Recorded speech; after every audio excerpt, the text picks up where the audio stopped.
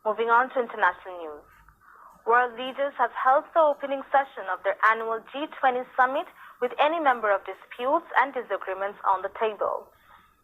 Host President Argentina's Mauricio Macri said the solution was dialogue, dialogue, and dialogue, and called for a clear message of shared responsibility. But U.S. President Donald Trump has already cancelled meeting Russia's Vladimir Putin over Ukraine, and huge differences remain on climate change, trade, and the Khashoggi affair. The G20, made up of 19 of the world's most industrialized nations plus the EU, accounts for 85% of the world's economic output and two-thirds of the world's population. Meanwhile, hundreds of thousands of anti-capitalists and other protesters marched through the Argentine capital Buenos Aires against the G20 summit. Ukraine will not allow Russian men aged 16 to 60 into the country following the imposition of martial law, Kyiv says.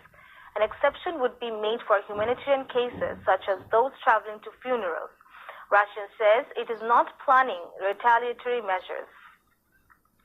Martial law has been imposed in 10 Ukrainian regions until 26th of December. This came as Ukraine's president voiced fears of Russian invasion after Russian forces fired on and seized 3 Ukrainian boats and 24 sailors. The restrictions were announced after President Petro Poroshenko met the country's top security officials, including border guard chiefs in Kyiv. Reacting to the Ukrainian ban, Russian Foreign Ministry spokeswoman Maria Zakharova said Moscow was not planning mere measures as this could not result in full madness. A major 7.0 magnitude earthquake has struck Alaska, causing people to run from buildings and briefly prompting a tsunami alert for coastal areas. The quake was centered about 7 miles north of Anchorage, the largest city in the state, according to the U.S. Geological Survey. A series of aftershocks were recorded following the initial shock, which had a depth of 40.9 kilometers, the U.S. Aegis said.